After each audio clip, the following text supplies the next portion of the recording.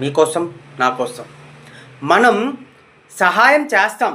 చాలామందికి కొన్ని సందర్భాల్లో సహాయం చేస్తాం. ఆ సహాయాన్ని 10 మందికి చెప్తాం. అరే ఆడు నా వల్లే బతుకుతున్నాడురా, అరే ఆ రోజు నేను ఆడికి సహాయం చేశానురా. అది సహాయం అనరు, శాడిజం అంటారు.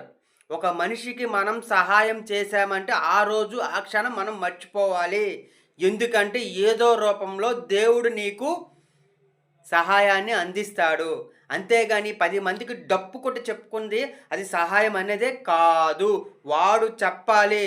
మనం సహాయం చేస్తే అనుభవించేవాడు చెప్పాలే గాని, మనకు మనం డప్పు కొట్టుకునే సహాయం ఎవడు చెయ్యకండి. మర్చిపోతానంటే సహాయం చెయ్యండి.